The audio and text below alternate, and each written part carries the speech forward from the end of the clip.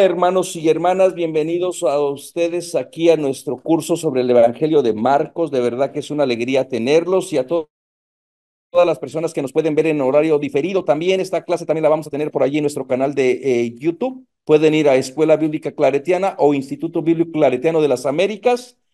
Eh, es un gran honor de verdad tener a la profesora Tirsa María Cristina Ventura, mejor conocida entre los amigos como Tirsa. Ella es originaria de República Dominicana, pero se desarrolla en Costa Rica y donde está haciendo su labor docente, profesora de investigación de las ciencias de la religión con énfasis en la Biblia. También tiene un doctorado en educación con énfasis en mediación pedagógica. Así que también trabaja mucho con las comunidades, con grupos bíblicos, conferencista internacional, autora de libros y artículos académicos. Y bueno, de verdad, Tirsa, van a ver que van a disfrutar mucho. Nosotros desde acá también vamos a estar atentos a esta conversación. Y bueno, los dejo con la profesora Tirsa. Gracias, Padre Manuel, gracias Félix por estar ahí siempre informándome y recordándome de las tareas, ¿no? Para esta experiencia. Siempre agradezco, ¿verdad? A la gente que se conecta, pero principalmente al Padre Manuel por tenerme en cuenta, por creer que puedo aportar en esta caminata de ustedes, de formación. Así que yo siempre feliz de poder hacerlo, ¿no? Hoy casi no consigo, pero siempre Dios ahí nos acompaña y nos va dando, ayudando para organizar los tiempos y los espacios mejores. Así que estoy muy feliz de estar aquí y el tema que hoy quiero compartirles es sobre, dentro de, claro, del Evangelio de Marcos, que por dicha aceptar esta tarea, pues me permitió investigar, o sea, cada tema que proponemos, ¿no? O que nos proponen, nos abre posibilidades, ¿no? De aprendizajes. Entonces, yo aprovecho, ¿no? Aproveché para investigar un poco más, eh, sabiendo que ustedes ya vienen de un recorrido, ya casi estamos, creo que esta es la penúltima clase o la antepenúltima, no sé bien, pero han hecho un recorrido súper interesante con otros colegas, eh, súper especialistas y preparados en este tema. Así que lo mío quiere ser como un granito de arena solamente en todo ese océano de aprendizaje que han construido ahí. Y yo quería, y lo estaba pensando, ¿no? Todavía mientras hablaba, que quiero iniciar con un pequeño video. Un video que no es tan pequeño, dura unos minutos, pero que yo creo que nos puede ayudar a entrar en lo que queremos, desde donde queremos. Ustedes saben que me gusta siempre utilizar algunas herramientas que yo considero interesantes. Así que les voy a pedir que quienes conocen este texto, este material, este video, pues que lo aguanten ahí, ¿verdad? Y que intenten verlo desde este contexto, o sea, desde este estudio que queremos hacer sobre la práctica de una religión distinta desde el Evangelio de Marcos. Es una herramienta pedagógica solamente y quiero ver si nos permite entrar, ¿verdad?, en este texto. Luego del video le voy a pedir a otra eh, que, que hagamos una lectura bíblica del capítulo 3 de Marcos. Así que si alguien puede tener la Biblia por ahí a manita, que lo vaya haciendo mientras vemos el video. Entonces, me avisan. Algunos de ustedes se estarán preguntando cómo iniciamos con un recurso, como yo decía, pedagógico, que directamente no tiene que ver con Biblia, digo directamente, o tal vez directamente no tiene que ver con la religión, de nuevo digo directamente, ¿de qué nos sirve este video? Y yo pienso que esto lo podríamos conversar en el transcurrir de lo que queremos hoy estudiar. Entonces les voy a pedir que por favor guarden las emociones que este texto, este video les causó. Guardémoslo ahí porque mm, pienso que puede sernos útil eh, en el transcurrir de esta reflexión. Y no es más que eso lo que quiero presentar, una reflexión desde mi lugar de observación, de observadora, eh, del texto que quiero proponerles. Eh, dos textos, vamos a ver si nos da tiempo, el dos, si no uno, y después dejamos de tarea otro. Yo quiero alguien que por favor nos lea Marcos capítulo 3 versículo 20 al 30. Y prestemos atención a lo que ahí nos dice. Giselle, no sé si está por ahí. Digo Giselle porque es el nombre que más conozco. Ah, bueno, Marina ya tenía la manita levantada. Marina, Ah, gracias, Marina. bueno, lo busco en internet, ¿no? Marcos, La versión que tenga ahí a manos, yo decía, Marcos 3, versículos del 20 al 30. Marcos 3, del 20 al 30. Jesús regresó a la casa y de nuevo se juntó tanta gente que ni siquiera podían comer. Cuando sus parientes se enteraron, salieron para llevárselo porque decían, es un exaltado. Los escribas, que habían venido de Jerusalén, decían, está poseído por Belzebul y expulsa a los demonios por el poder del príncipe de los demonios. Jesús los llamó y por medio de comparaciones les explicó, ¿cómo Satanás va a expulsar a Satanás? Un reino donde hay luchas internas no puede subsistir y una familia dividida tampoco puede subsistir.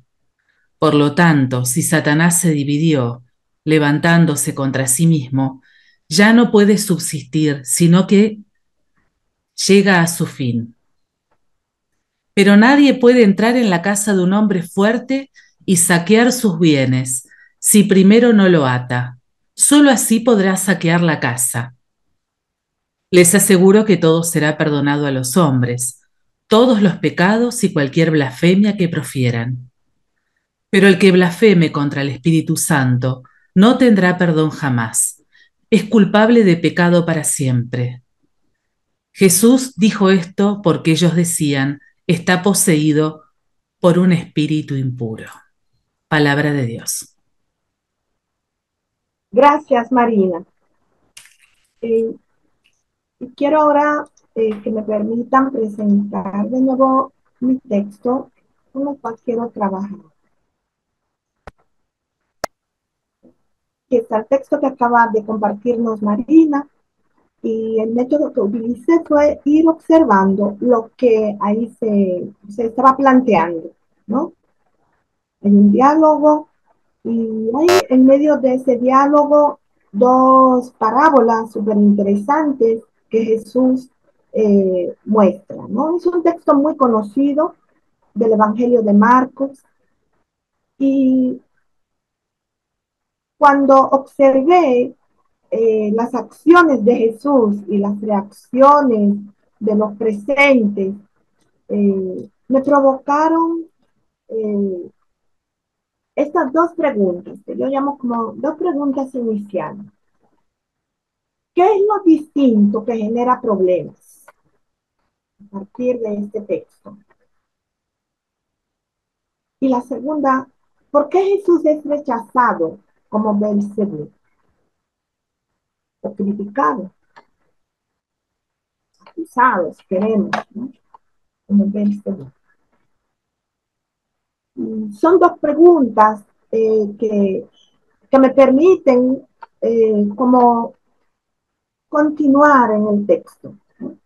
Ustedes recuerdan, y ya lo han trabajado con los demás colegas que han pasado, profesores, facilitadores, eh, que no hay una manera, no hay otra manera de comprender un texto, sino adentrarnos, ¿no? Entrar como en la intimidad del texto, ¿no? Conocerlo un poco con detenimiento. Y a mí me ayuda mucho conocer los términos que ese texto trae. Entonces, yo hago una lista de estos términos, ¿no?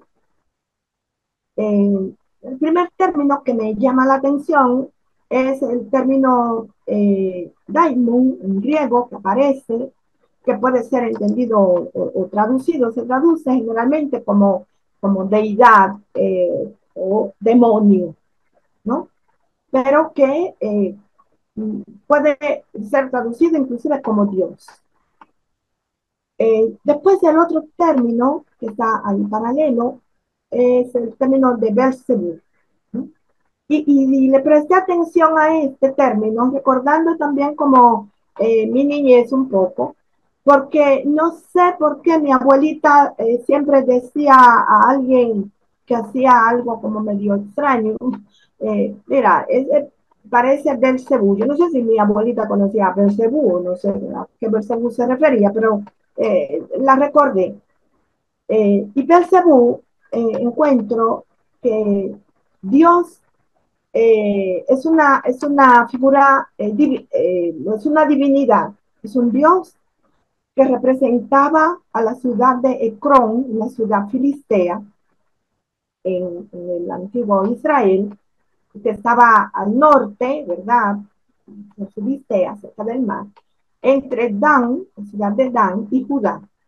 Josué 13, el libro de Josué, capítulo 13, versículo 3, nos habla de esta ciudad.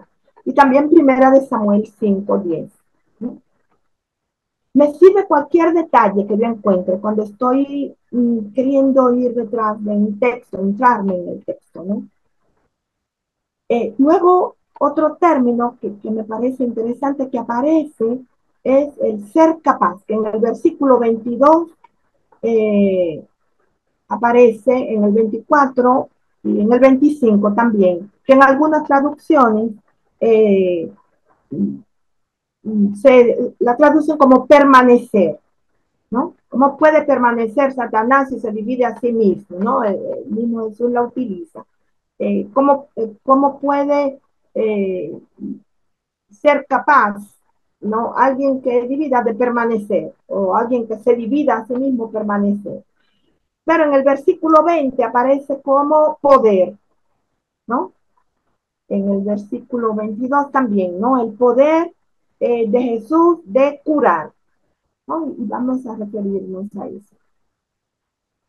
Este texto, el versículo, el capítulo 3, versículos 20 al 22, tiene como antecedente el versículo, los versículos que trabajan sobre la cura de un hombre que tiene la mano paralizada y que Jesús llama al centro, ¿no? Y le hace ahí, digamos, lo que se entiende como una cura, un exorcismo, y el hombre se cura. Y luego las multitudes enfermas siguen a Jesús buscando que también cura, ¿no? Son los textos que anteceden a este texto, donde Jesús entonces está siendo criticado por eh, siendo acusado por ser como Belcebú o siendo acusado como, mira, este está como trastornado, este hombre, ¿no? Se mete a la casa de uno, del otro, dicen los parientes, ¿no? Bueno, entonces tenemos en el capítulo, en el versículo 27, algo que me llamó la atención, por eso lo traje, eh, lo que yo llamo como un campo semántico, que corresponde al campo semántico de un exorcismo o de una cura, ¿no? que para los intereses de Marcos son similares, ¿no? En este caso, esto de expulsar, sacar, atar, eh, atrapar, ¿no? Entonces son términos que me hablan de un campo semántico que tiene que ver con la parábola que Jesús presenta ahí, pero que están en relación con la cura, ¿no? O el exorcismo que ha practicado él mismo ya en los versículos anteriores. Luego, los términos en el versículo 28 y 29, que también me llamaron a la atención, de perdonar y dejar ir, ¿no?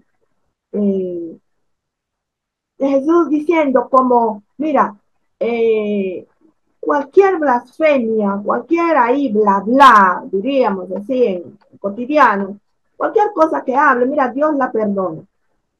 Ahora bien, vienen dos términos que yo los puse aquí en rojo porque me llaman a la atención, que son calumniar o difamar y el término de pneuma o espíritu, que acompañado de arjos, Espíritu Santo, se traduce, pero este espíritu, primero al que Jesús se refiere, es el espíritu aliento, que es energía vital, eh, que da vida, eh, y que luego está este mismo pineo cuando es acompañado de acasar, todo ese otro término, se puede entender como espíritu impuro. Entonces hay las dos imágenes de espíritu aquí en este texto. Espíritu, aliento, energía que cura, y otro espíritu impuro, ¿no? Entonces, que la escritora ahí está manejando.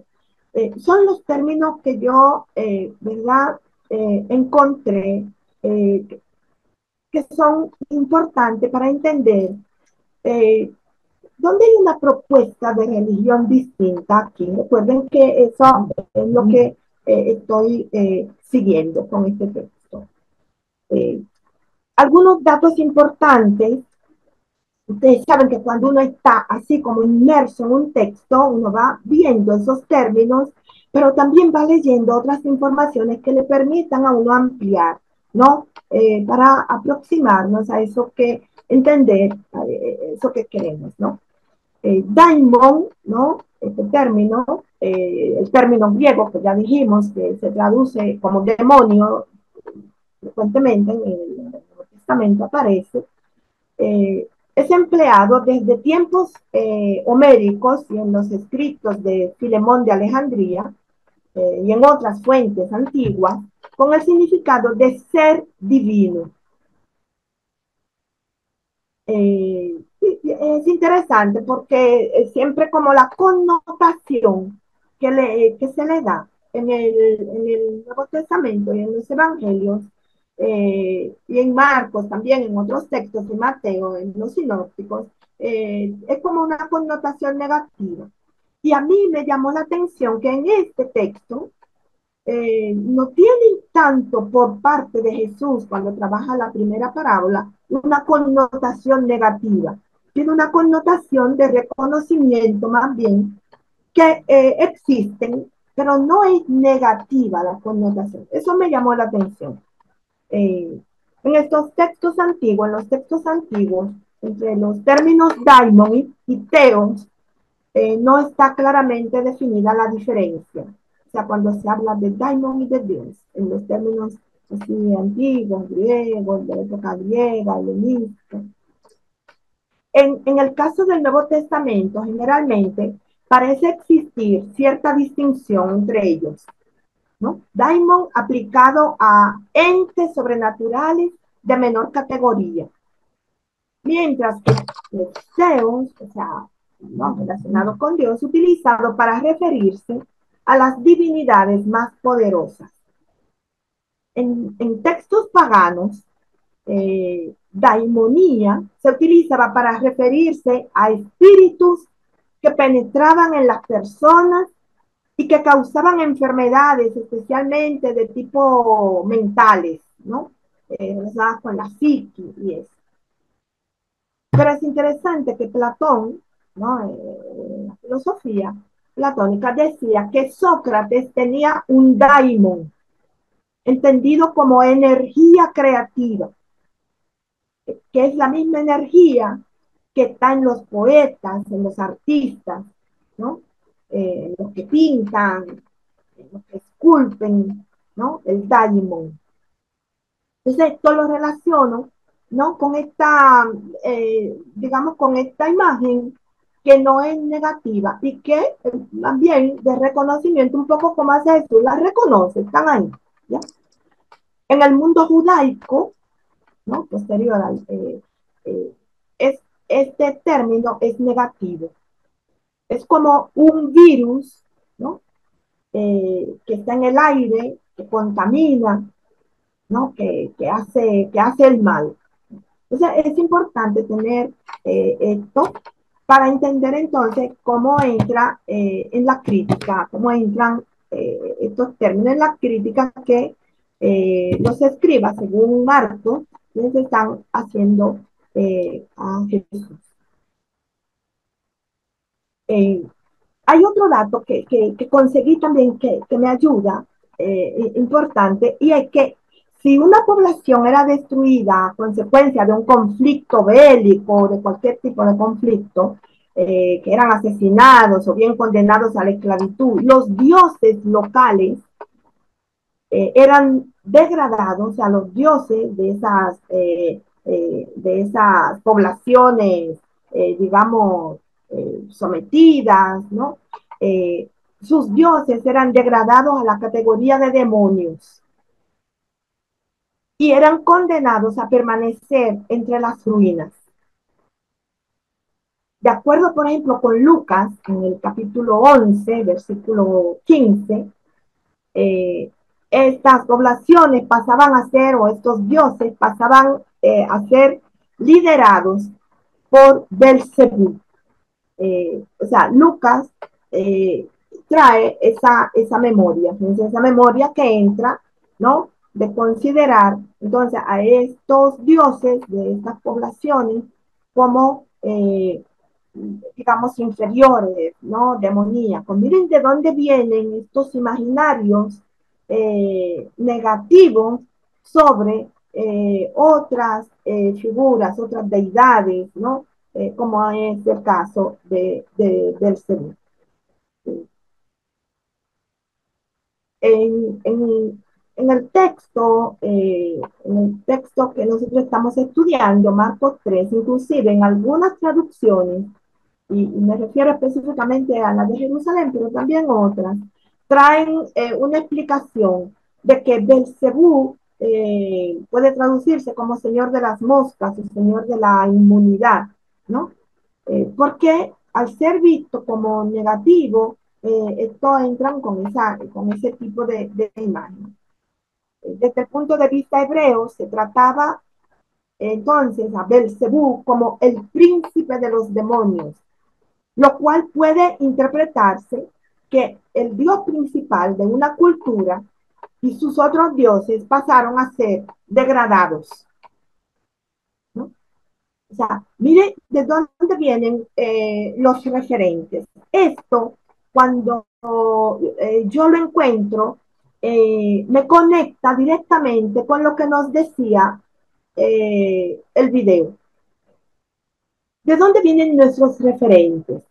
¿Cómo construimos nuestras verdades? ¿Cómo se construyen las verdades? ¿No? Entonces, esto nos sirve para, ¿no? Para eso. Y para no pasar a interpretaciones como rápidas sobre los textos que vamos estudiando, ¿no? La creencia de demonios parece que tuvo su origen en Mesopotamia, que se creía que las enfermedades eran producidas a consecuencia de posesiones demoníacas, pero que podían ser curadas gracias a exorcismos. Esto entró en el mundo judaico también. Y entró también en la práctica que encontramos en este texto, anterior a este texto en relación a Jesús sacando demonios, y lo encontramos en diferentes, porque es una cuestión cultural también. Existían diversos modos de protegerse de esos espíritus maléficos que también se han atestiguado que existían en Egipto, por ejemplo, ¿no? Pero que originariamente parece entraron al mundo judaico desde Mesopotamia. Entonces, eh, a partir de ese contexto como literario que intentamos destacar, encontramos tres afirmaciones, lo que yo llamo tres afirmaciones. Primero, la creencia del tiempo que toda enfermedad y desgracia era causada por los demonios. Porque yo quiero entender cómo llega esta acusación, cuál es el origen de esta acusación que se hace a Jesús, pero también entender de dónde viene esa práctica que Jesús hace de sanar, ¿sí? De sanar a las personas que están o con espíritu o que están enfermas, como el caso del hombre con la mano paralizada, ¿no? Entonces, toda enfermedad o desgracia era causada por los demonios. Por eso, este señor de la mano paralizada, anterior al texto, está a las márgenes, y Jesús lo llama al centro, ¿no? Por eso Jesús, no siendo del grupo de la religión oficial, solo puede ser considerado como viniendo de un demonio cuando hace práctica de, eh, de quitar demonios, de sanar, en este caso. Entonces, la idea de entender cómo una práctica religiosa tradicional, a partir de sus referentes, de cómo ha construido sus referentes, puede acusar, en este caso, a Jesús, que está realizando una práctica que para esa religión, ante esa religión, es una práctica novedosa, es una práctica distinta, una práctica que más bien no debería hacerse. ¿Por qué? Porque ya es considerada como algo negativo que viene de demonios, ¿no? La segunda afirmación, a través de las parábolas utilizadas en ese texto, que Jesús utiliza en ese texto, decíamos dos parábolas. La parábola de cómo puede un reino dividirse a sí mismo, ¿no? Cómo puede sostenerse. Igual una familia dividirse a sí misma, cómo puede sostenerse. Igual Satanás a sí mismo dividirse, cómo puede sostenerse. Y luego la segunda parábola, la parábola de cómo entrar a la casa de un hombre fuerte y robarle lo que tiene ese hombre si no le ata, ¿no? Entonces, son dos parábolas muy curiosas, muy súper interesantes para mí, que están vinculadas justamente a cuestiones culturales profundas que Jesús quiere, digamos, presentar de otra manera, ¿no? Como algo distinto, como una práctica distinta, pero a favor de algo. Que en la afirmación 3 yo digo, Jesús quiere mostrar el poder del Espíritu más allá de las creencias religiosas. Propuesta a una, él se va a la propuesta de una espiritualidad, ¿no? Si queremos, que saca vida. Entonces, reconoce el poder, por ejemplo, que tiene en este caso Belcebú, pero ahora para dentro de su experiencia religiosa que desprecia ese poder, Jesús dice, mira, el espíritu, el aliento, lo que da vida, es lo que vale más allá de cualquier diferencia, de cualquier creencia religiosa. Pero, como yo decía, lo que me llamó la atención en este texto es que Jesús no acusa no se va por la acusación, ¿no? A Belcebú, sino que retoma lo que hizo, digamos, de positivo puede traer para dentro de su cultura. La conclusión de los versículos 28 y 30 es que el pecado contra el espíritu no será perdonado.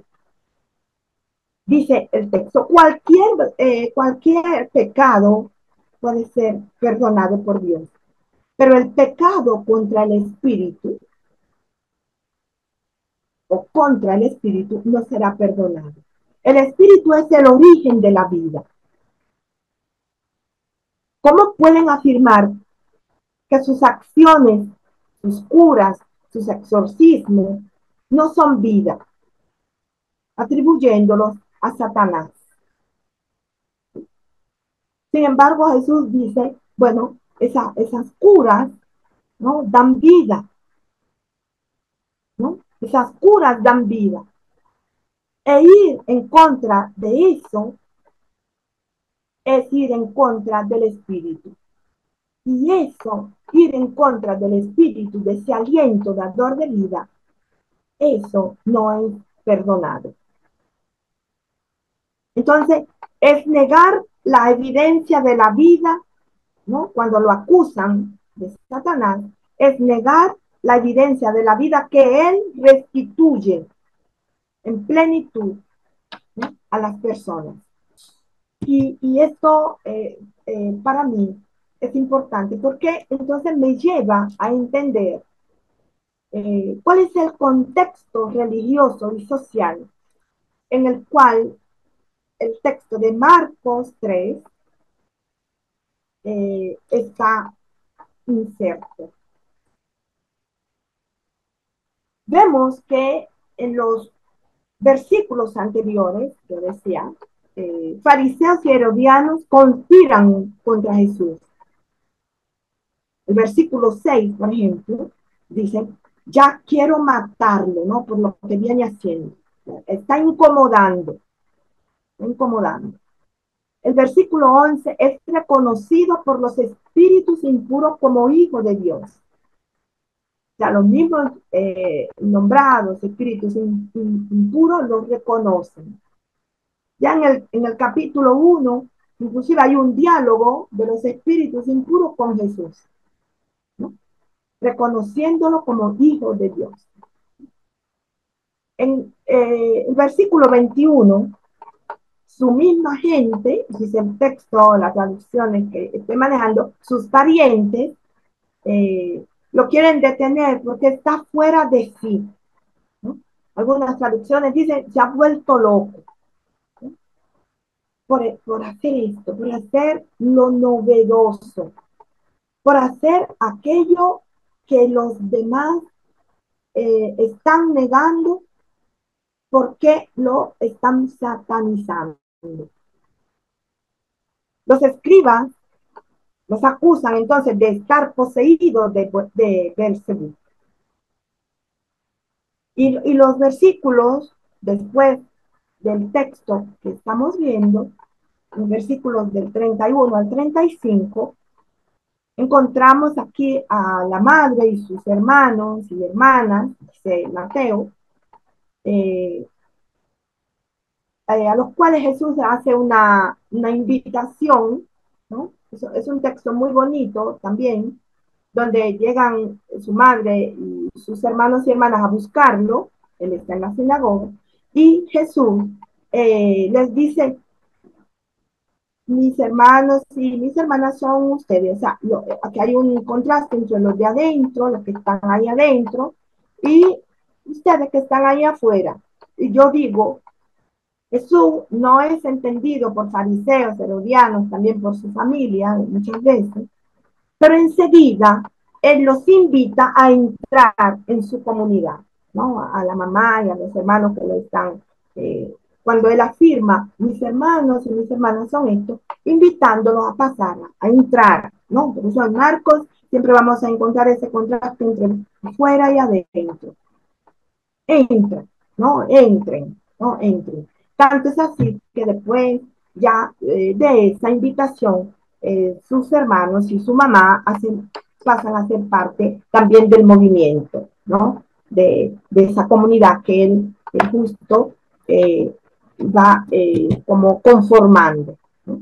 Y eso para mí es importante también en este texto. Todo esto me hizo pensar en algunos datos sobre la enfermedad y la cura en el Antiguo Testamento y cómo este tema eh, está también relacionado con una teología muy fuerte en el Antiguo Testamento y que está siendo evidenciada aquí en este texto con la acusación que están haciendo los escribas y fariseos a Jesús, que es la teología de la retribución, que afirma que Dios es el responsable del bien y del mal. Y Jesús, cuando está curando, sanando, está afirmando que Dios es responsable, a través del Espíritu, de la sanación, de la cura. Porque la enfermedad en el Antiguo Testamento es entendida como desgracia, fracaso, pobreza, castigo por el pecado.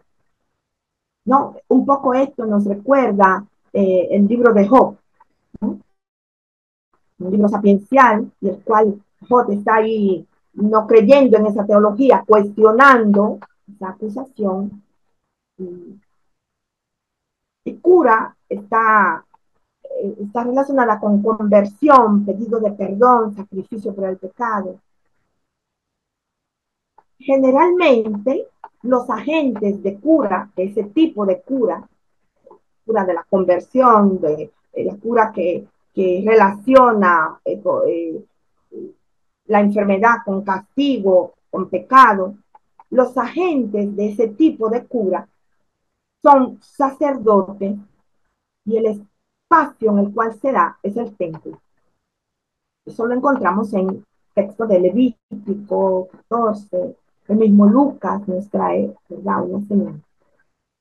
En ese contexto, los médicos son comparados a los embalsamadores de Egipto. Hay un texto muy interesante en Segunda de Crónicas 16, versículo 2.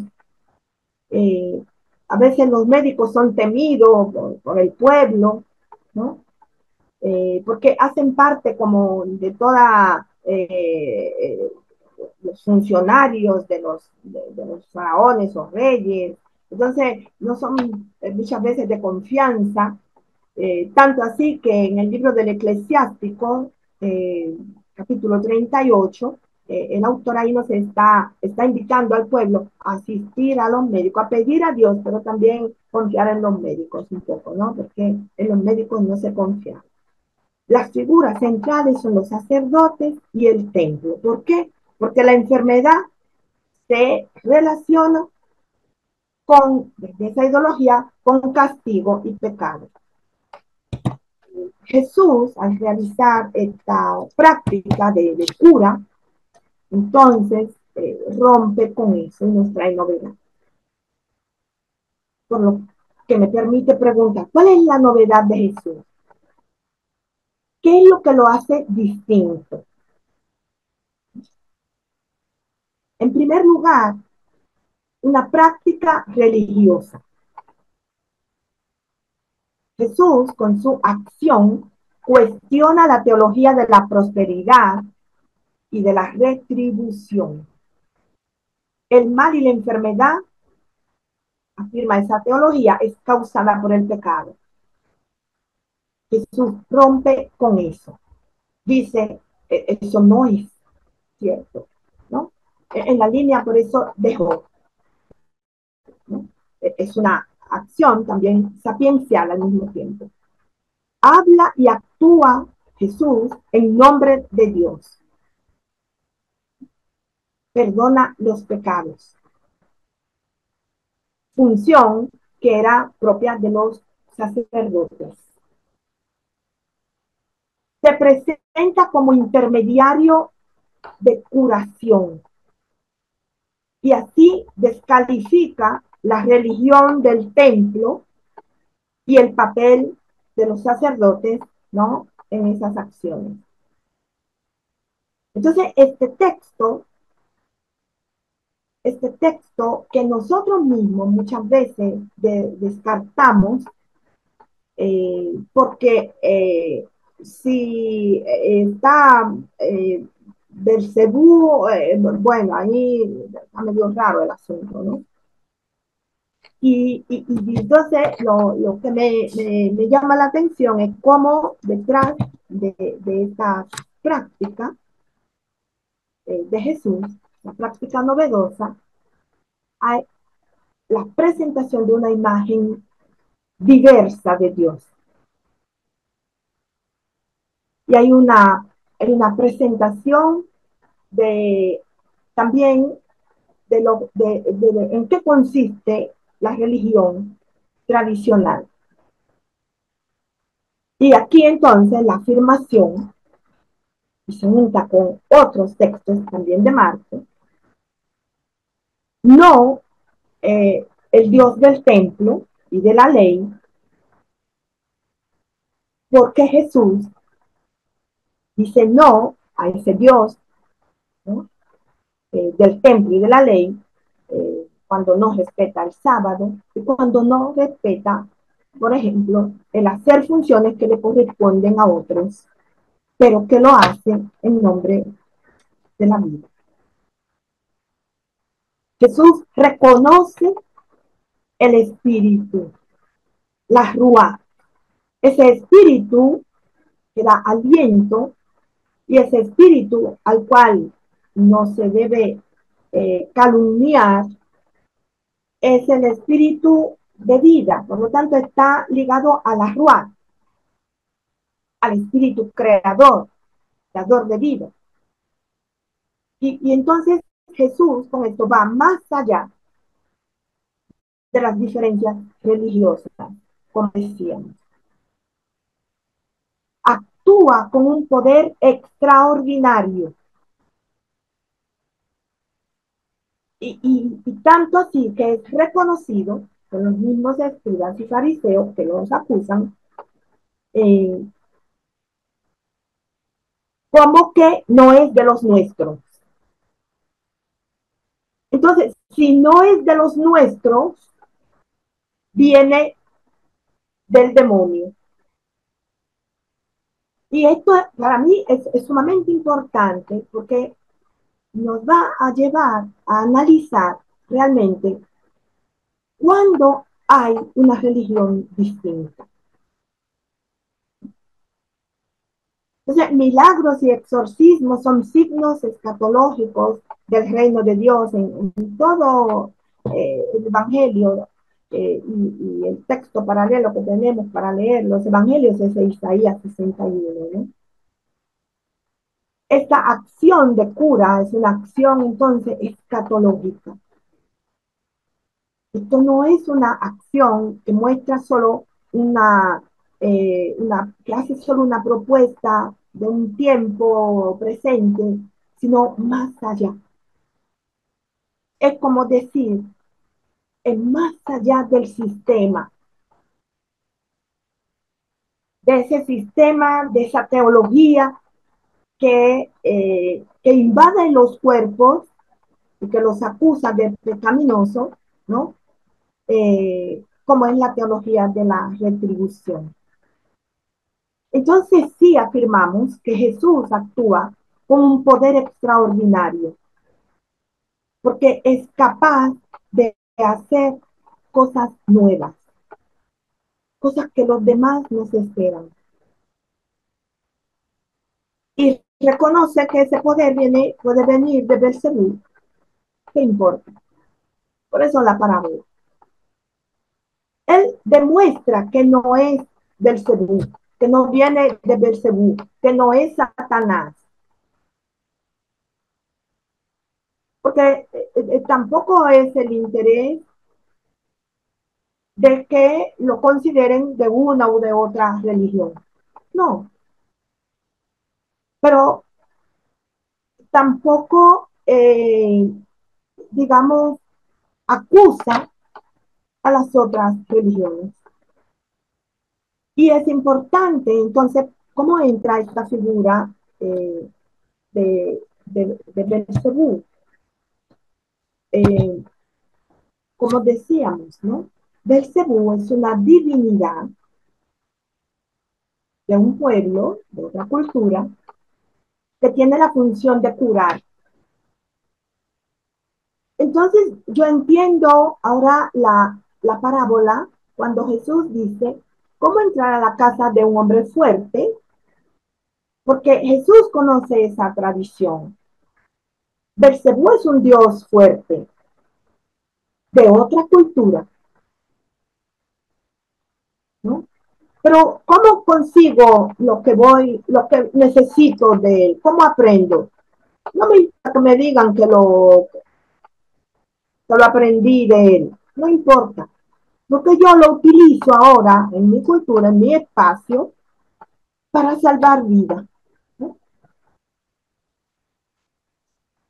Segunda cuestión en esta novedad. Esta práctica de Jesús, como vimos, no solamente es religiosa, sino que también es una práctica novedosa social. Cura a pobres, enfermos y vulnerables. Y esto genera demasiado entusiasmo, dice el mismo Marcos 3, capítulo 3, 10. Y el capítulo 1, 45 también. Genera demasiado. Algunas traducciones dicen genera tanto entusiasmo. O sea, a nivel social hay, hay, una, hay una resonancia de esta práctica novedosa.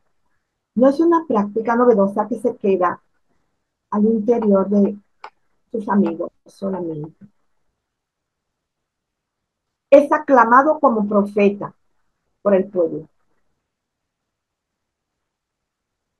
Con esto, entonces, Jesús descalifica las autoridades judaicas.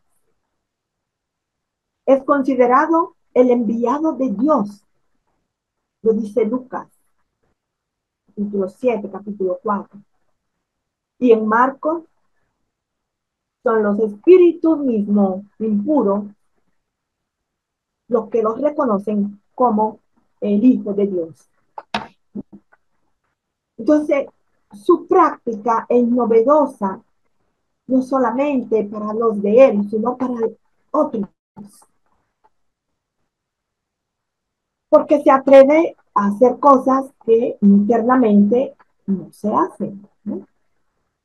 Una cuestión también, esta práctica novedosa de Jesús,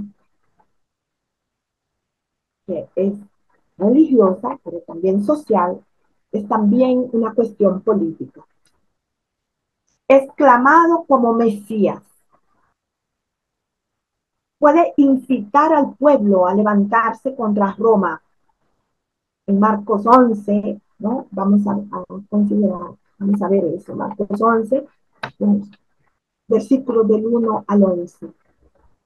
Y eso, esta práctica de ser clamado como Mesías, el Imperio Romano, aquí recordamos, ¿no? Y ustedes ya lo han estudiado, que Mateo está en los años 70, ¿no? Donde hay mucha persecución eh, y el imperio es fuerte, ¿no? Eh, quienes se considera Mesías es el emperador, ¿ya? Entonces, él siendo considerado el Mesías, y no solamente el emperador, también los judíos, los fariseos, no lo consideran Mesías a nivel religioso,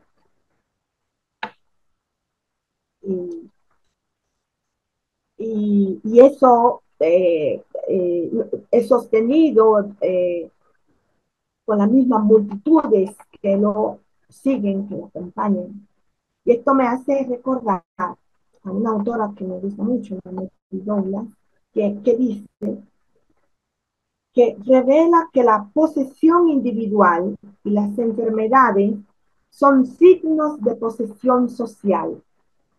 Y esto lo muestra como una cuestión política más allá de lo religioso que hace. Entonces muestra cuando cura, cuando sana, no importa que le acusen de Satanás o lo que sea, muestra que, que lo individual, las enfermedades a nivel individual, son signos de posesión social. Entonces hay que analizarla desde ese punto y por eso las imágenes, ¿no?, que hay alrededor de las curas que realizan. Esta actitud, esta acción de Jesús trae consecuencias. Esta novedad religiosa está en los ámbitos religiosos, en el ámbito social y político, pero desde los religiosos, eso trae consecuencias. Y una consecuencia es justamente la demonización de Jesús. Al ser considerado que viene sus prácticas son enseñanzas o aprendidas vía Beelzebú, quien es considerado demonio en la cultura judaica, por ser la divinidad, como decíamos, de un pueblo enemigo, entonces el mismo Jesús es demonizado. No es de los nuestros. Entonces actúa con el poder de Satanás, poder del otro. Jesús es declarado hijo de Beelzebú. Y todo eso tiene no solamente un interés religioso, porque Jesús está amenazando el poder religioso, pero también un interés político, ¿no? Es rechazado como peligroso para la religión, para la sociedad y para el imperio romano. Y esto nos permite preguntarnos, ¿no?, la importancia que tiene la estrategia de demonizar al otro. Cuando demonizamos al otro, es para algo. Deciden eliminarlo. Lo prenden y lo ponen entre los rebeldes. Marcos 3:6 nos cuenta. Es eliminado como un esclavo que se levantó contra Roma, pero que también se levantó contra la religión judaica.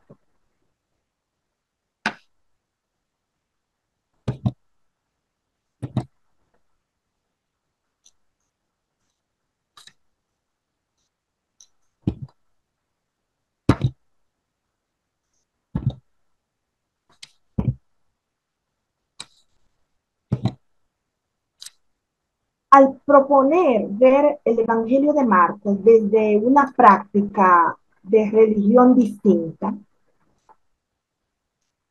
específicamente a partir de este Marcos 3, pero viéndonos de otros textos, ¿no? No intenta ser más que una propuesta que invita a la necesidad de despedirnos de los absolutos y que por lo tanto tiene que ver con una mirada situada del texto bíblico. Una mirada desde lo que yo llamo, y con esto, aprovechando este término de la dona Haraway, que nos habla de una mirada desde la responsabilidad. Ya divide esta palabra responsabilidad en dos, respons y habilidad. en su conjunto, responder frente a las circunstancias. Response en el sentido de obligarse, de comprometerse con algo, de imaginar un devenir vital ético, conjunto humano y más que humano, y la habilidad de remontarse a tener disposición para ello, a disponerse a hacer lo novedoso. Entonces, una práctica religiosa distinta nos exige una responsabilidad, una obligación de comprometernos con algo de frente a las circunstancias, frente a las realidades, pero al mismo tiempo la disposición de hacer eso novedoso, la disposición de llevar adelante. La lectura del texto bíblico no es una actividad disociada, desentramada de lo que nosotros también queremos, de lo que nosotros vemos, porque los textos bíblicos no traen, cualquier texto no trae las cosas como son, sino como son vistas. Y por eso cuando yo veo el tema aquí de la acusación a Jesús, yo quiero ir detrás de por qué esa acusación a Jesús. Porque yo no me quiero quedar con la idea de que el Satanás que han designado los otros es el Satanás. Yo sí quiero rescatar la idea de lo novedoso de Jesús, pero yo no quiero quedarme solamente con aceptar la acusación de que es un demonio. Yo quiero entender por qué es un demonio para algunas gentes. ¿Por qué alguien es designado como demonio? ¿Por qué se demoniza a los otros? Este texto de Marcos me brinda esa posibilidad de entenderlo.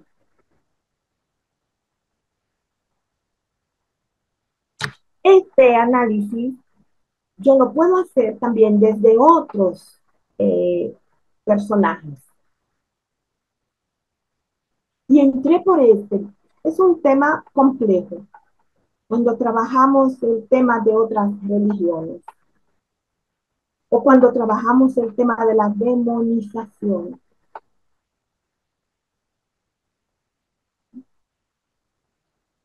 Y quise entrar por este de Marco, por este tema que es complejo. Pero desde el mismo Marcos nos podemos mover a otros textos que nos brindan la posibilidad de ver prácticas religiosas distintas. Y uno de esos textos es el siguiente texto, al cual quiero hacer mención, también un texto muy conocido, pero que en este momento yo quiero parar un poco y escucharles a ustedes. ¿Cómo nos está cayendo esto?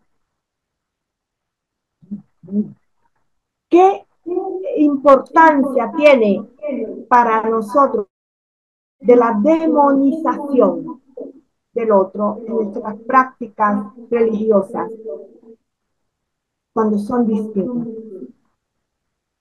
Conversemos un poco sobre eso. Muchas gracias, profesora. Vamos a invitar a la gente a que ponga su mano virtual.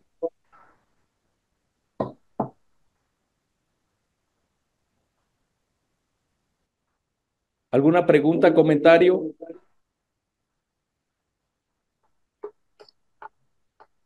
Marina.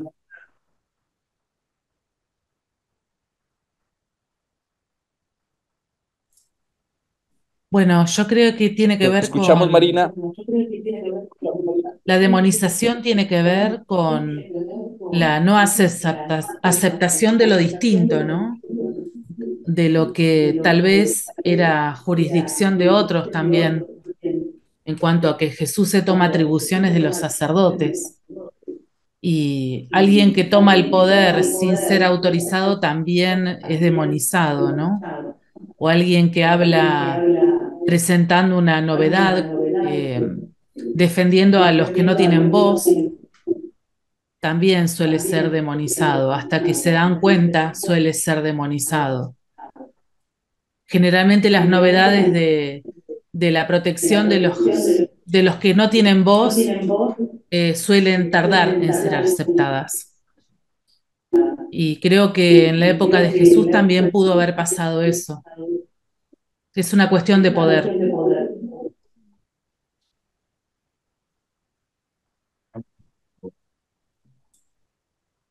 Profesora, no sé si quiera comentar o comenzamos con hay mucha gente que quiere participar. Sí, mejor escuchar a las personas. Muy bien. Reverendo Luis Felipe y luego Alicia. Gracias, muy buenas noches. Bueno, definitivamente encantado de escuchar esta lectura y pensaba un poco cuando la profesora cae en el tema de la demonización, un poco como todavía nosotros vemos que esa práctica o esa costumbre la vemos y la vivimos tristemente en escenarios eclesiásticos, tristemente en los escenarios seculares. Pero también hago siempre el contraste de ese Jesús que en Marcos está siempre sirviendo, sanando, acompañando a los más pobres, a los más vulnerados, y que incluso este domingo estaba recordándole a sus discípulos y recordándonos a nosotros, los maestros de la ley, los líderes religiosos, los que tienen el poder, me van a matar, y está haciendo ese anuncio a los discípulos. Entonces, solamente quería decir eso y dar las gracias por esa apreciación y esas luces hermenéuticas tan maravillosas. Gracias, Luis Felipe. Alicia. Buenas noches, excelente presentación. Me he quedado, no sé, loca con todo lo que he aprendido con la profesora. Muchas gracias.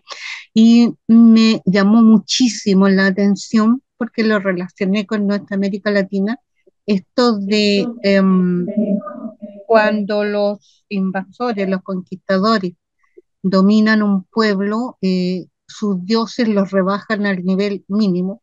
Y en América, en nuestra América Latina ocurrió lo mismo. Yo me acordaba de cómo se han ido destruyendo toda la sabiduría y todos lo que los antiguos pueblos originarios hicieron acá. Y lo otro que, como decía el padre anterior, aún continúa. Cuando demonizamos a otro es que tememos tal vez perder algo del poder y que el otro lo tome. Es un tema de poder también. Muchas gracias.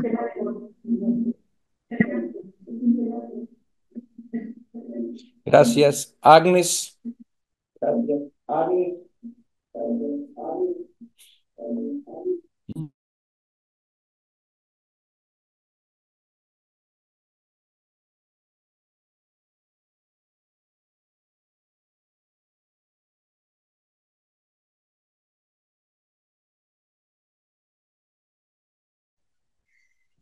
Buenas noches, ¿me escuchas?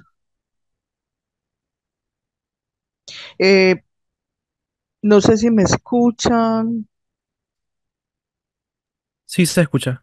Ok, gracias. Bueno, hay unos elementos que me parecieron muy interesantes, gracias a la profesora, porque abrió muchas luces muy interesantes sobre la Te escucho. demonización. Una actitud, una actitud que digamos que en nuestro contexto se maneja mucho, o sea, se vive mucho ante la diferencia, no solo entre el poder eclesiástico o el poder de las altas esferas en lo laboral o en lo social o en lo eclesiástico.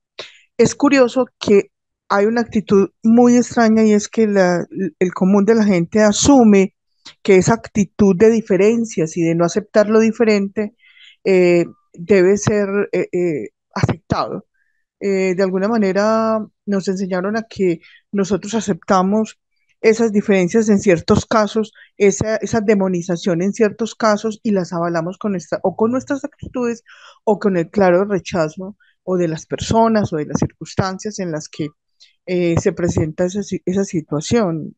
Que opción, por ejemplo, de que aceptemos demonizar a las familias que no son sacramentalmente casadas, por ejemplo, o pasa mucho en aquellas personas que aparentemente no tienen el mismo nivel educativo que nosotros, pero son personas que tienen un conocimiento de alguna manera, pero no las aceptamos porque no tienen un título.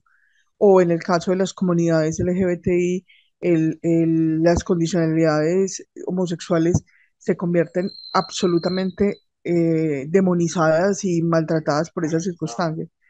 Ahí nosotros tenemos que trabajar muchísimo esa parte de la actitud de Jesús de reconocer y de aceptar que eh, estamos en iguales condiciones. Me pareció muy interesante la posición de la profesora frente a ese cuestionar el estamento a través de reconocerse como no parte del estamento, como lo hace Jesús, frente al hecho de los ataques que tiene. Defendernos entre nosotros es muy importante. Muchas gracias. Muchas gracias. Voy a leerles algunos comentarios que están en el chat.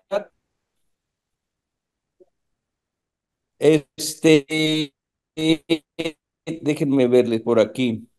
Dice, muy novedoso su perspectiva de análisis. En América Latina, esto sería como la eliminación del otro. No solo se elimina físicamente, sino de forma simbólica. Esto es a través del chisme, de hablar mal del otro, del diferente. Gracias. Y también hay un testimonio de Maribel González que dice, yo como mamá de un hijo con diagnóstico bipolar, aún en este tiempo me han dicho que quizás sacaría con algo un exorcismo. Gracias a Dios la ciencia ha avanzado bastante y entre más información, menos estigma. Cristian Camilo.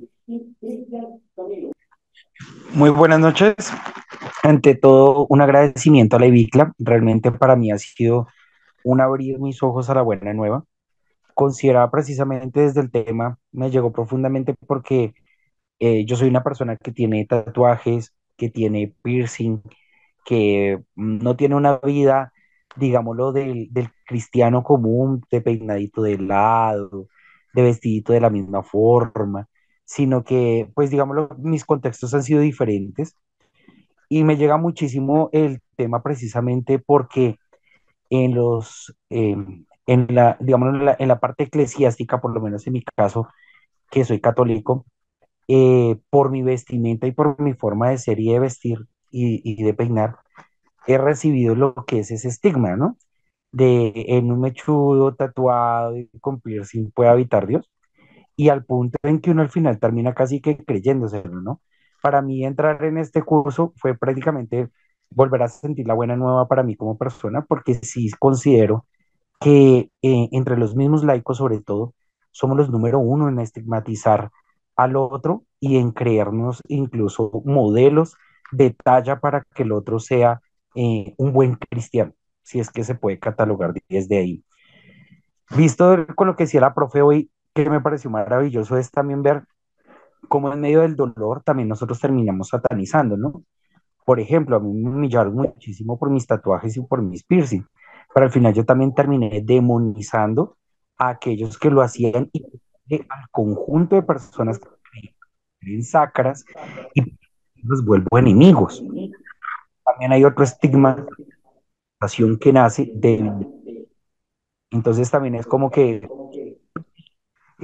durante todo este tiempo de dolores y golpes, la buena nueva. Y creo que hoy a Jesús, lo la nuestra profesora, y eso es una cosa que me parece interesante, mujer que habla desde el Evangelio, cuando el Evangelio pareciera resumido a sacerdotes y a hombres, también le da un contexto de sentirse incluido, de sentir que la buena nueva realmente también es para cada uno de nosotros, independientemente de nuestros géneros, independientemente de nuestros pensamientos e ideologías y formas físicas, y donde el Evangelio traspasa lo que otros considerarían incluso sacro, y otros nos llamarían casi que hijos del demonio por el hecho de estar tatuados.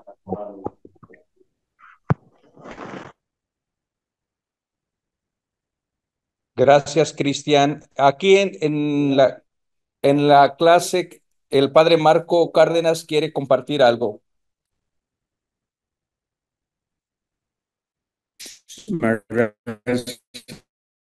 Gracias, maestro. Excelente tema.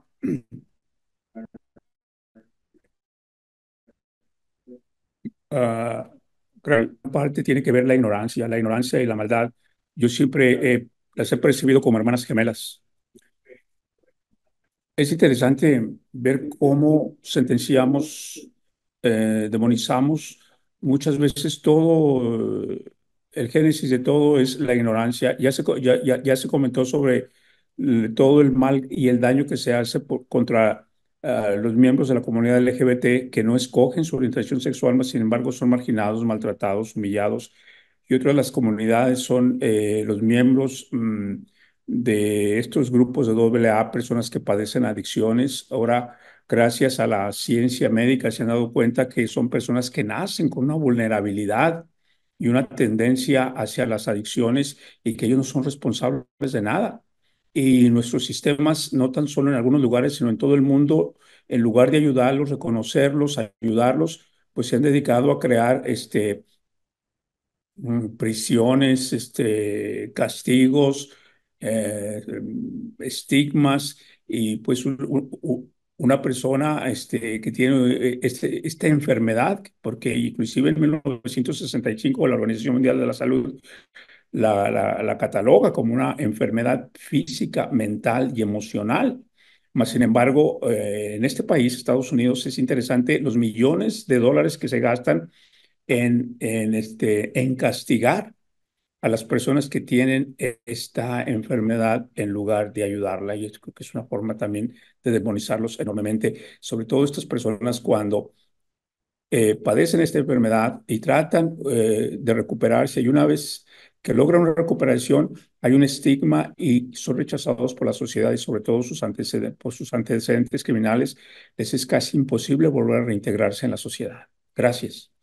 Gracias, padre Marco. Vamos con Eda.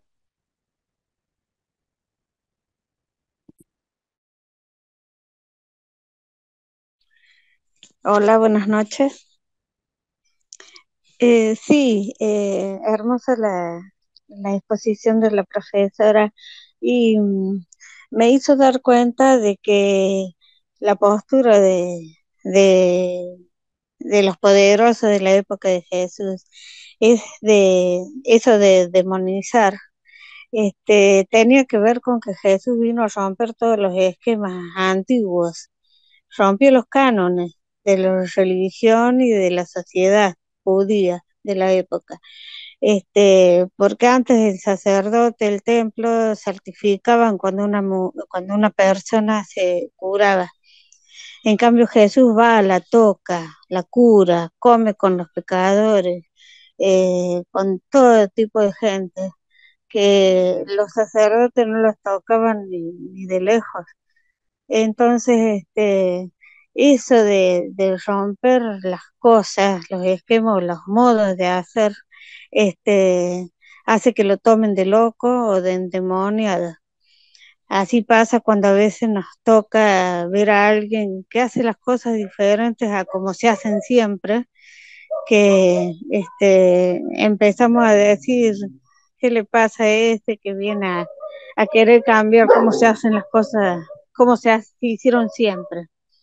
Entonces, cuánto que tenemos que aprender de Jesús, que a veces los cambios son para bien y que tenemos que aprender de los que los demás tildan de locos o de raros, por no decir endemoniados. Muchas gracias, Ibicla.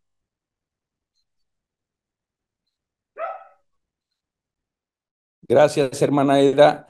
Vamos con Manuel, vamos con Manuel Chanona.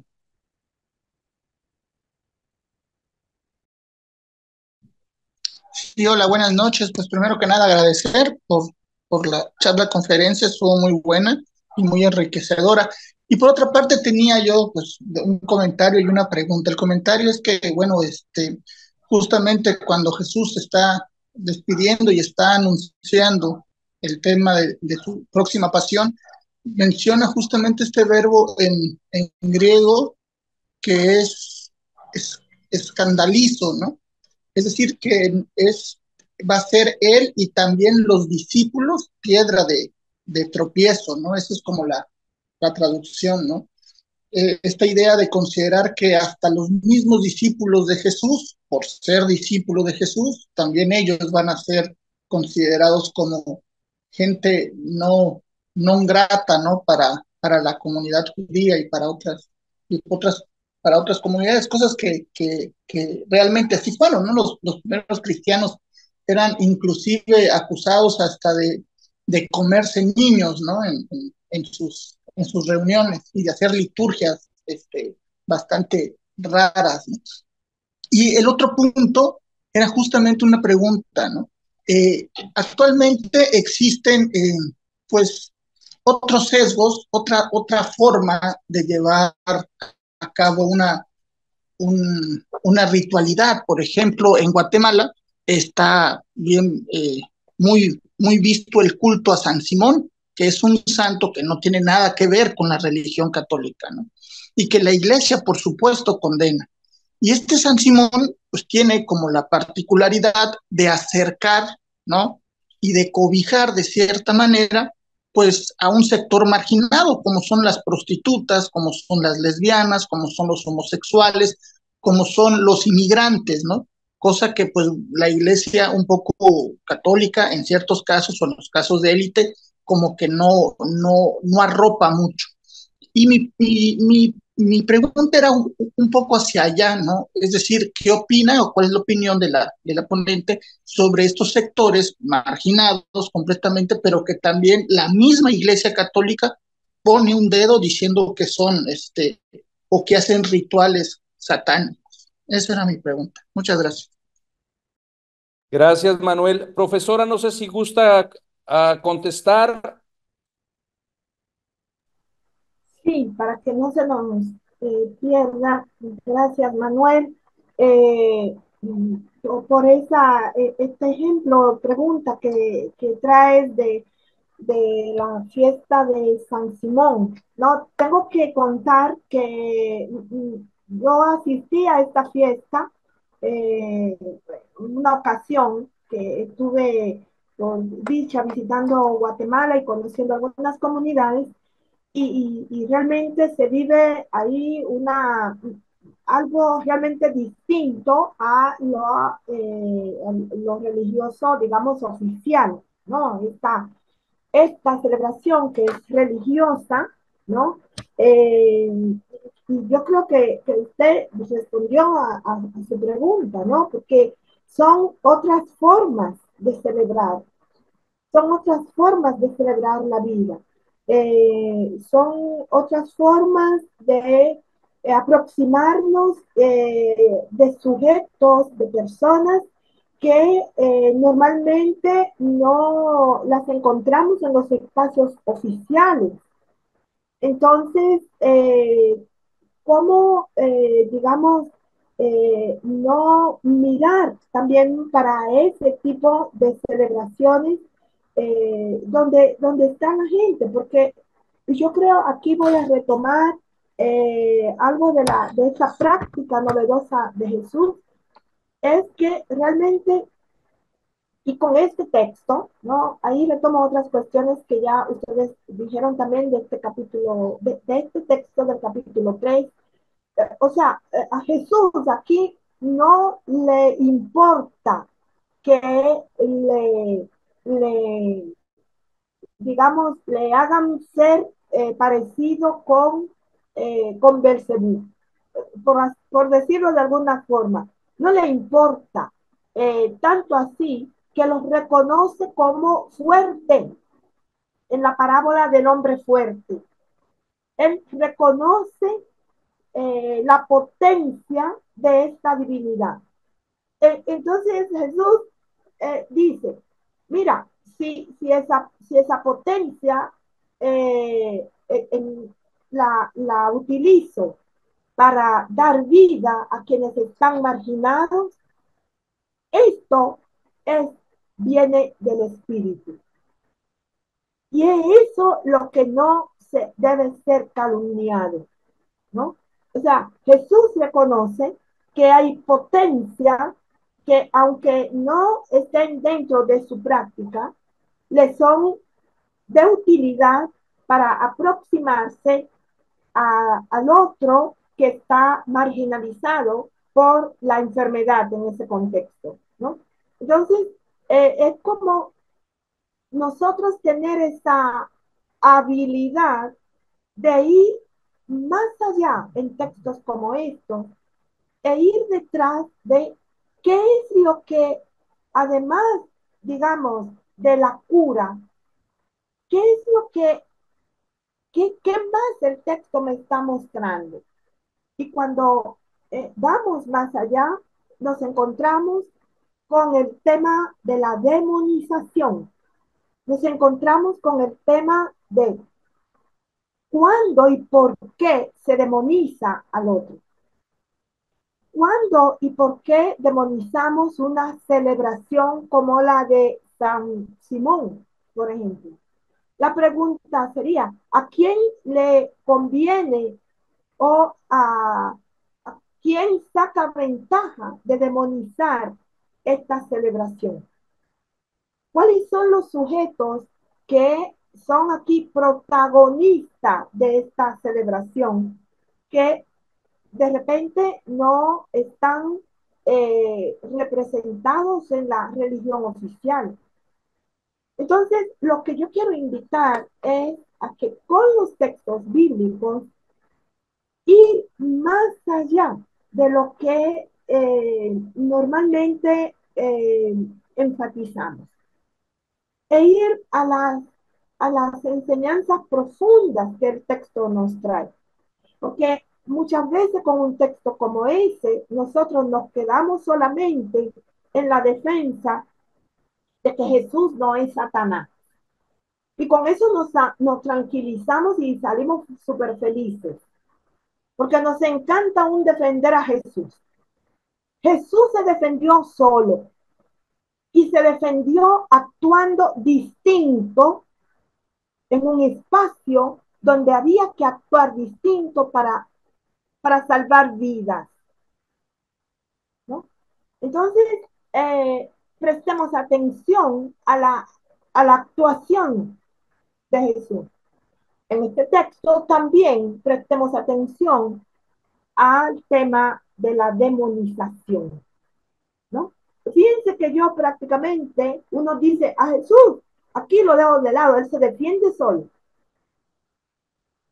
Pero nos vamos a prestar atención a cómo se construye la demonización del otro. Y Jesús entonces responde a esa construcción de la demonización. Y él dice, yo no soy Satanás, pero el espíritu de cura de Belcebú lo utilizo para salvar vidas. ¿Sí? En resumen, es eso lo que está aconteciendo en ese texto. ¿No? O sea, Jesús va más allá. Muchas gracias, profesora. Y vamos con Alfonso Galván. Gracias, buenas noches. Sí, yo quería meditar un poquito acerca de esta idea de la exclusividad de Dios que tenían los sacerdotes y los fariseos, pensaban que solo Dios podía actuar a través de ellos y con ciertas maneras, ciertos rituales, y no podían ellos imaginar que Dios pudiera actuar de otra manera diferente, como lo hizo con Jesús. Y bueno, yo quería meditar un poquito en esto porque en mi caso vengo de una tradición cristiana no católica, pero esta situación donde muchos cristianos unos a otros piensan tener la exclusividad de Dios, de que Dios se apega a las propias convicciones, ¿verdad? Y que va a actuar según nuestras ideas, pero Dios nos sorprende porque Él actúa con toda libertad y con misericordia y con gracia y actúa de muchas maneras. Y lo que nos enseña en este pasaje yo veo que no podemos, no tenemos exclusividad de Dios, que Él, es más, a estas personas que se formaban y que no podía Jesús atenderlas en todo el día, no les ponía ni siquiera algún requisito de purificación como hacían los sacerdotes, ¿verdad? Que tenían que llevar todo un ritual y el sacerdote solamente atestiguaba lo que Dios hacía. Ellos no tenían ningún poder para poder liberar, para poder sanar a estas personas. Y lo que vemos aquí es la acción del Espíritu de Dios, que es un poder que restaura, un poder que le vuelve a dar dignidad al ser humano. Y, y quisiera reflexionar en esto, que quizá debemos quitarnos esa idea de que tenemos desde nuestra propia tradición la exclusividad de Dios. Él puede actuar y puede sorprendernos por su misericordia y por su gracia. Gracias, hermano. Y bueno, casi que voy a decir amén, amén. Miren, aquí en el Ibicla parece que estamos en la ambigüedad de no ser ni un lado ni del otro. Los católicos primero investigan esto si es católico y nos demonizan porque somos como católicos, pero aceptamos a los protestantes y otras tradiciones. Y los evangélicos nos demonizan también, así que nos dejan en la ambigüedad. Ustedes lo pueden ver a través del curso. Todo es por miedo. Nos demonizan por la ideología de género, nos demonizan porque hablamos de la gente que es diferente y al final son miedos y temores. Pero bueno, dejemos que el espíritu y la Rúa nos siga impulsando a formar nuevas vidas. Griselda.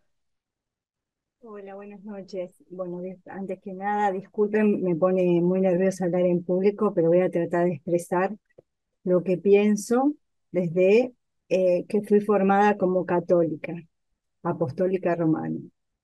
Creo que en nombre de Dios siempre se han hecho las peores atrocidades y venimos mamando esto desde muy chicas, a donde Dios nos castiga, a donde Dios nos ve diferente y a donde si no cumplimos una línea católica impuesta por los de arriba, no somos parte de una sociedad religiosa.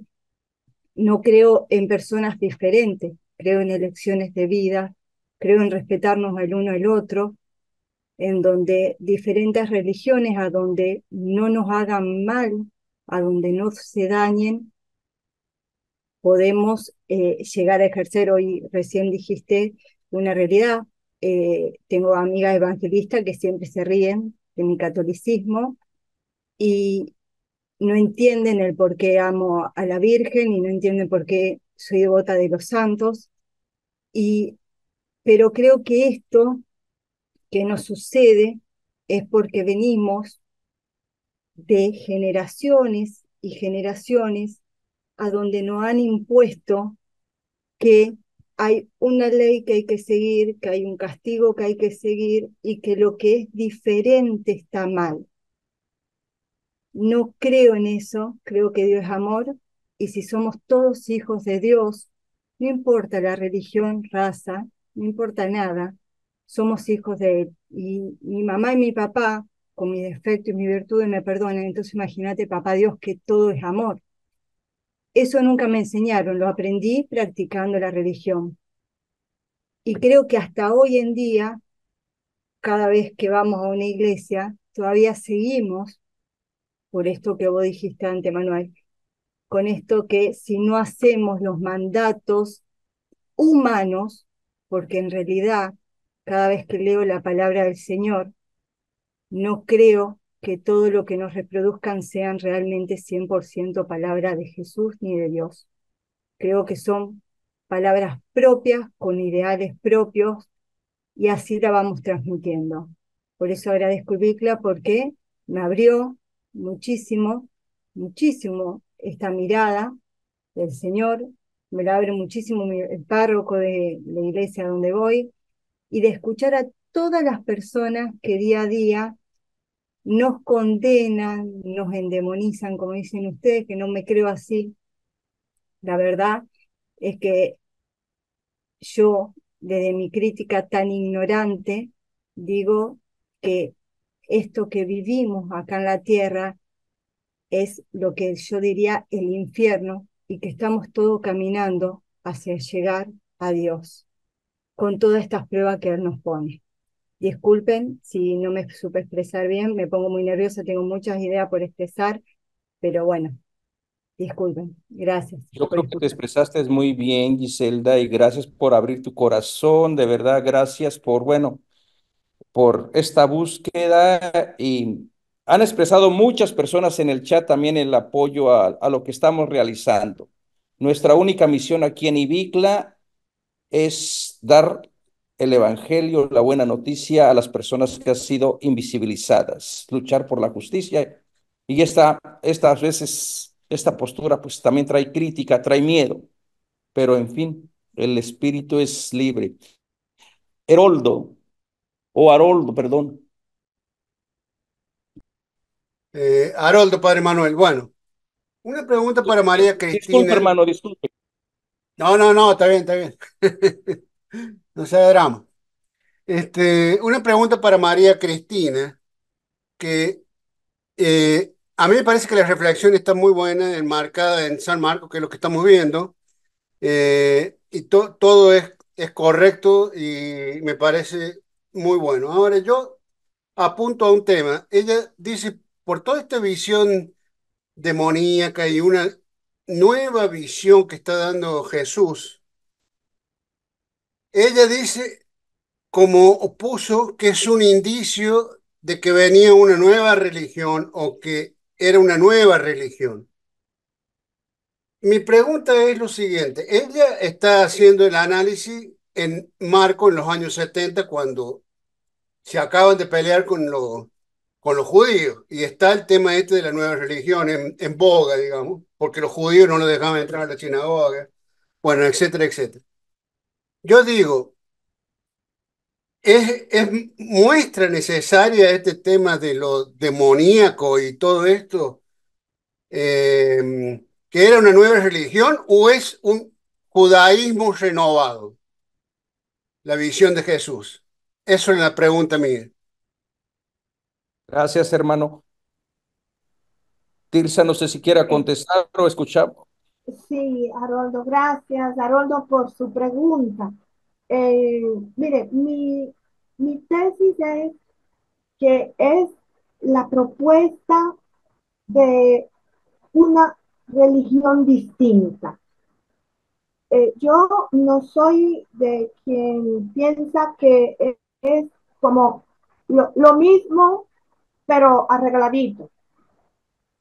No, es una religión distinta, una religión centrada ahora en el Espíritu de Dios, no centrada en la ley ni centrada en el templo.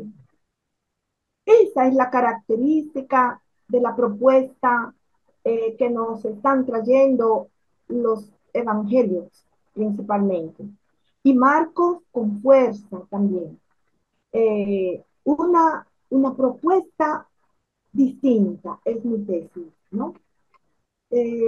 Nosotros podemos decir con esto eh, cómo podemos pensar en cómo se conformaba la religión judía. Yo di algunos elementos en este discurso. Eh, Cuando ponía centrada en qué esta religión. Jesús viene a desplazar eso y dice, mira, una religión distinta que está centrada que está movida por el Espíritu, por eso hablamos de Juan, eh, es distinta, no está movida por la ley. Mire, y esto, Haroldo, me lleva a pensar en el Evangelio de Juan, un texto que nosotros conocemos mucho, que es el texto de la samaritana. Aquel diálogo que Jesús tiene con la samaritana, ¿no? Una teóloga con Jesús, ¿no? Están hablando de teología ambos. Y Jesús está planteando ante la, ¿verdad? Ante el discurso de la samaritana, ante lo planteado por la samaritana, Jesús está planteando, mira, ni aquí ni allá. O sea, para decir, no es un lugar ahora con la mesita arreglada y ahora, qué bonito. No, no, no. Ni aquí ni allá. Es algo nuevo. Es el espíritu. Es donde corre el espíritu. Ahí también hay una propuesta de religión distinta, igual que en este texto, muy potente, muy fuerte la propuesta. Muy bien, vamos con Adalberto Osvaldo Rodríguez. Sí, sí, a mí me llega al corazón lo que estaba diciendo la profesora. Cuando el Evangelio dice que el Espíritu sopla donde quiere y como quiera, y quiere, y donde está el Espíritu está la libertad. Dios quiere que seamos hijos libres, sin estructuras religiosas que nos impidan verdaderamente vivir. Y el espíritu es un espíritu de libertad que rompe las estructuras internas, interiores, y que nos permiten también dar una libertad hacia los demás e incluir hacia los demás, como decía el padre hace un instante, a las personas que, digamos, eh, profesan otro tipo de religión, profesan otro tipo de sexualidad. Dios, ante todos, es amor y nosotros debemos tener esa apertura de amar. Cuando Dios da su espíritu, encomienda un espíritu, es para que nosotros transfiramos ese espíritu de libertad y abracemos a todos por igual, como Dios abrazó en la cruz y al tercer día resucitó y le dio vida a todo el mundo. Debemos tener una apertura de libertad y no de juicio basado en la ley, como decía la profesora, para que podamos así aprender a amar desde la pedagogía de Dios sin hacer acepción a la persona. Nada más. Muchísimas gracias, Adalberto. Muy profética tu comentario. David Jativa.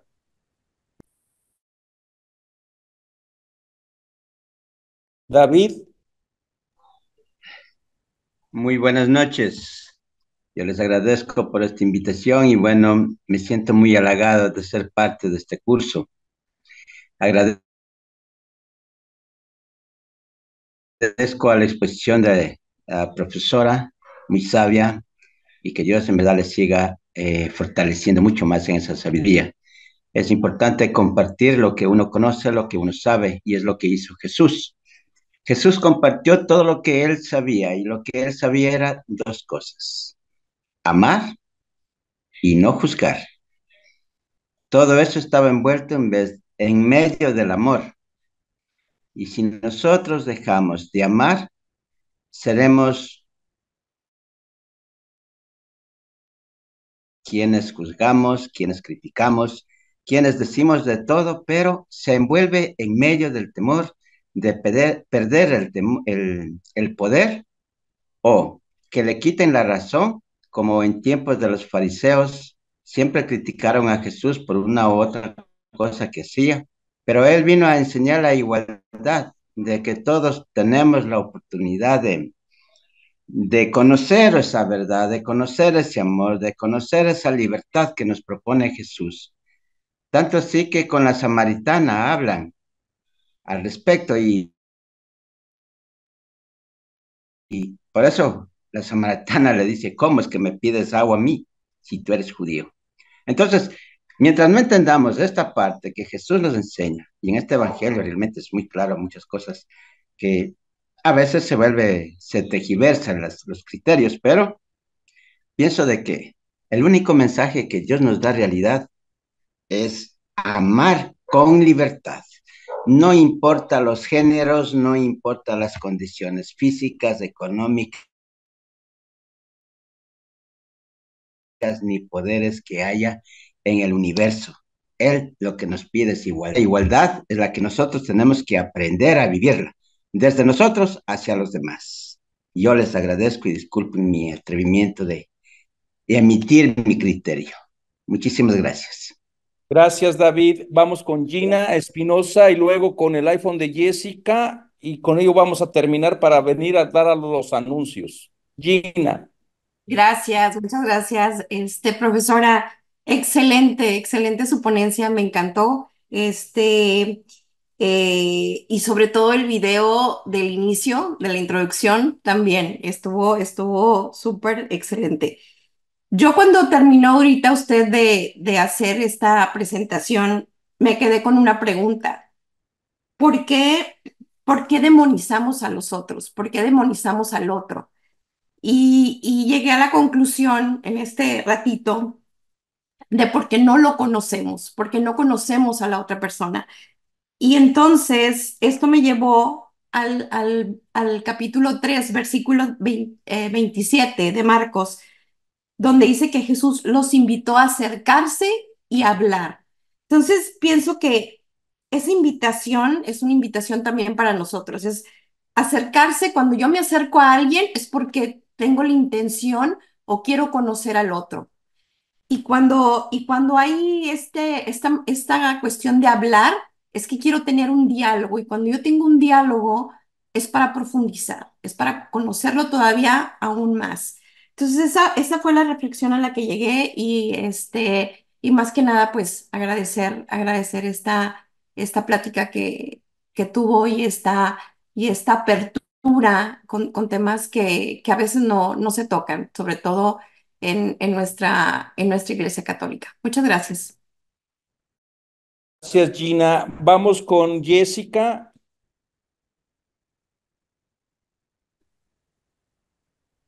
Jessica.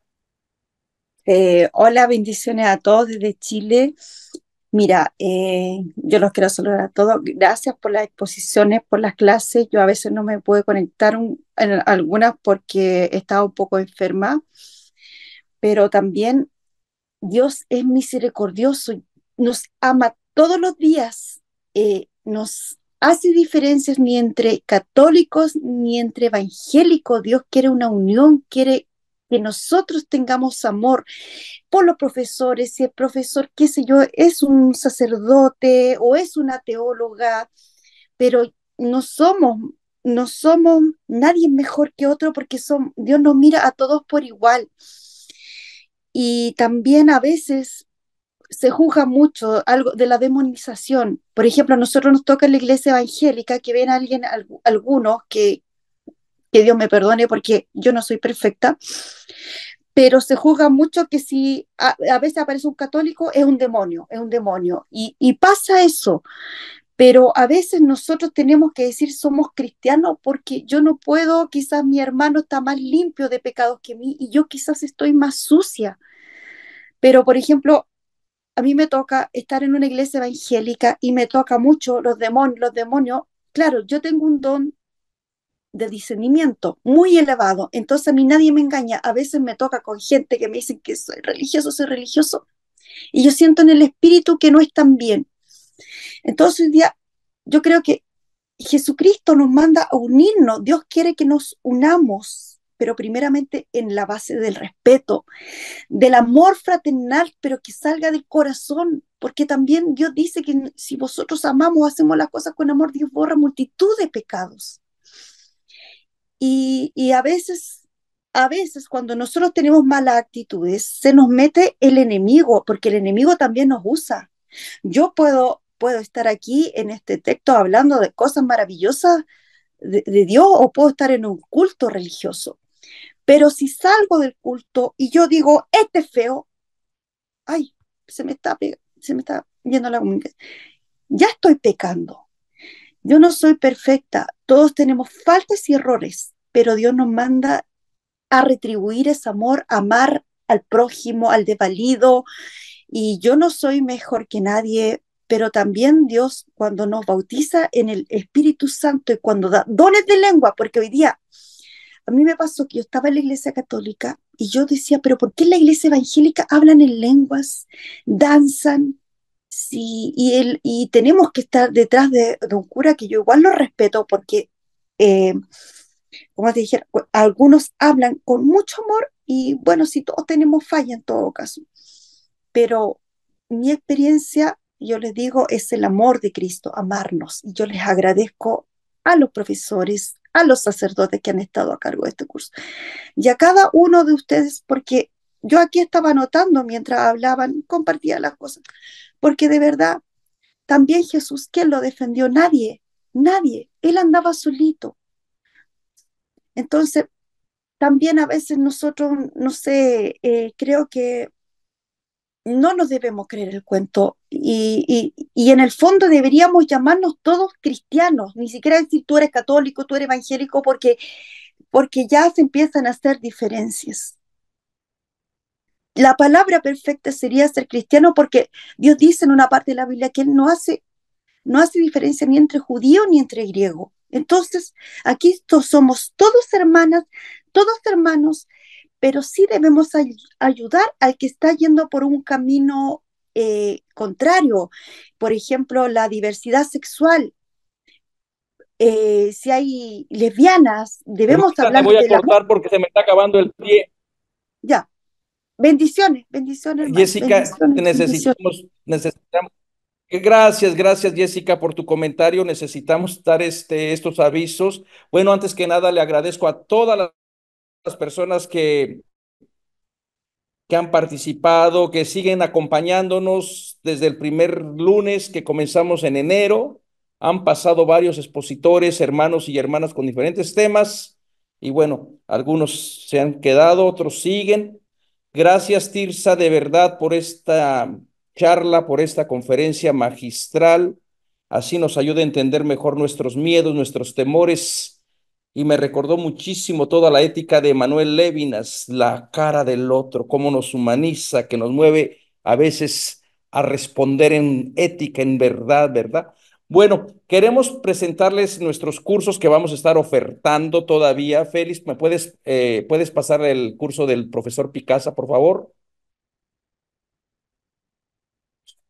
Tenemos el curso, si no se han inscrito, por favor, les invito. Muchas de las preguntas de sus comentarios que estaban hablando, especialmente allí en la cuestión de las religiones, el desprendimiento del judaísmo oficial para formar otra religión, bueno, lo va a tratar muy profundamente, seguramente, el doctor Javier Picasa en este curso que es su libro más reciente sobre amigas, compañeros y hermanos de Jesús, los principios de la iglesia.